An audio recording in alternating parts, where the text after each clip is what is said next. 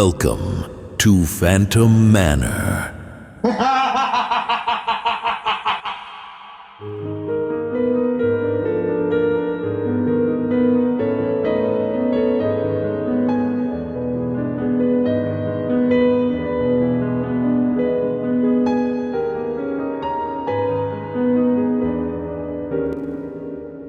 This is Phantom Manor. Our story begins during the gold rush, a time when the moon was promised to the prospectors who came by their thousands to settle across the frontier.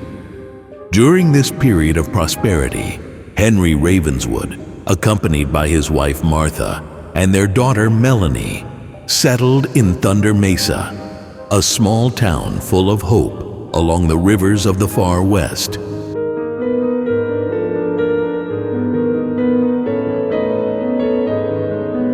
Spurred on by his desire to make a fortune, Henry founded a mine in the heart of a nearby mountain. His mining operation, the Big Thunder Mining Company, soon flourished. With their newfound fortune, the Ravenswoods built an opulent mansion at the top of the highest hill in Thunder Mesa, looking down on the town and its people below. This imposing four-story residence, resplendent in its Victorian style, with a large covered porch out front and an all-seeing tower rising from the roof, was daring for its time. Add to this a lavish flowering garden with 2 grand gazebos, and you can imagine why it was the pride of the Ravenswoods. However, dear spirits, this is just the beginning of their tale.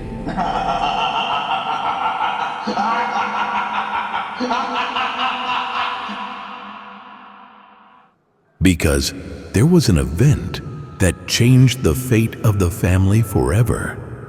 For Melanie, Ravenswood was to be courted by 4 suitors, and a marriage was to be hosted in the manor. The suitors did not find favor with the high-handed Henry Ravenswood. No one was good enough for his daughter. Yet, before he could have his say, fate muted his protestations when a terrible earthquake struck Thunder Mesa.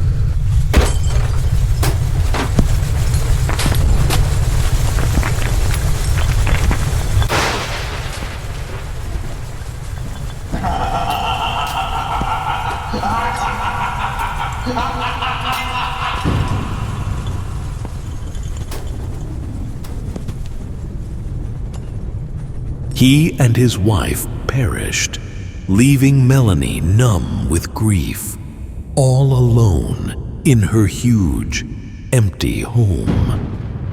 Whispers say that this happened on the wedding day itself. Or was it the day before? We cannot say for sure. It is at this moment that our tale takes the darkest of turns. You see, Melanie's 4 hopes of happiness died, each in a manner that was, let's just say, suspicious.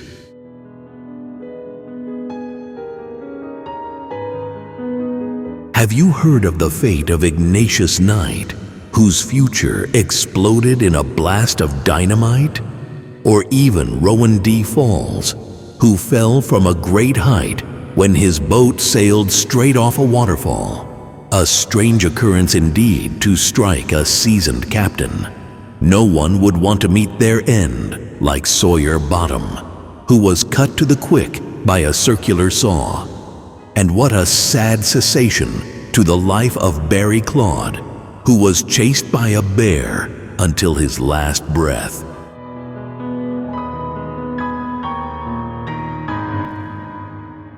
Not one of Melanie Ravenswood's suitors made it down the aisle, and it is said that the bride-to-be, already wearing her beautiful white dress, was to stay this way forever, never to leave this place. Passers-by would often see her wandering the corridors of the manor, still waiting for her fiancé to arrive. Alas, with its beloved owners gone, the manor fell into disrepair. Yet some strange new inhabitants would make it their home. The allure of a high society wedding had attracted many guests from across the frontier. But they all became imprisoned in Melanie's grief, frozen in time, forever stuck waiting for the bride's wedding to take place. As you may discover for yourself, this has not dissuaded these mischievous spirits from celebrating and welcoming all new arrivals to the joys the manor has to offer.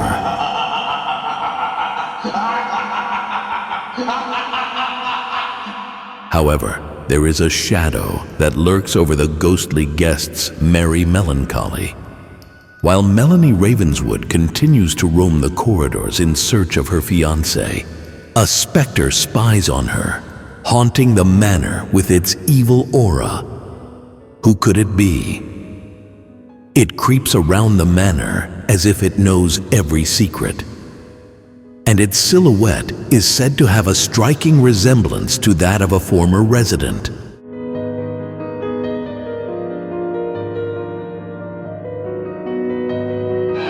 Join now the spirits in nuptial doom. A ravishing bride, a vanishing. Goblins and ghoulies, creatures of fright, we summon you now to dance in the night. Warlocks and witches, answer this call. Your presence is wanted.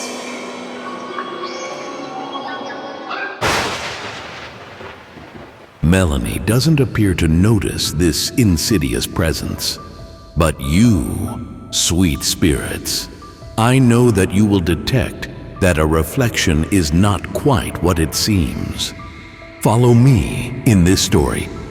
Perhaps we will unearth the truth and even our own fate. It is by delving deep into the depths of the mansion that you can hear the echo of a once joyful time, a fading memory of Thunder Mesa.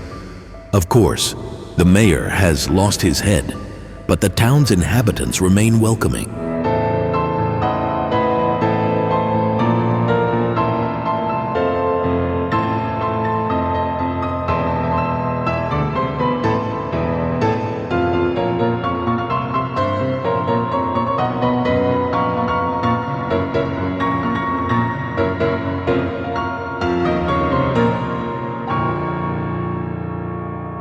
Maybe a little too much so.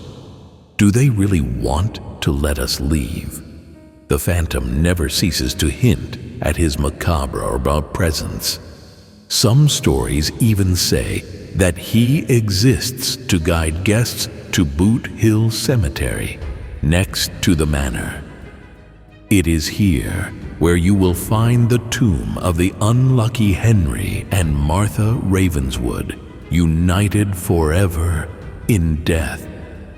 But what attracts the Phantom to these places?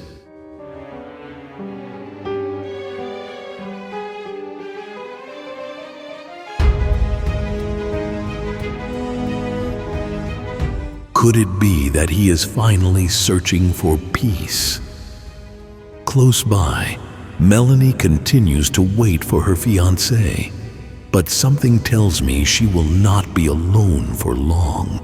Don't they say that death is not an end, but a new beginning? So come on in. Come visit Phantom Manor, the most haunted house in Thunder Mesa. Listen carefully to what this story is saying. Yes, a story. It is just a story. Or could it all be true? Now, it's up to you to find out.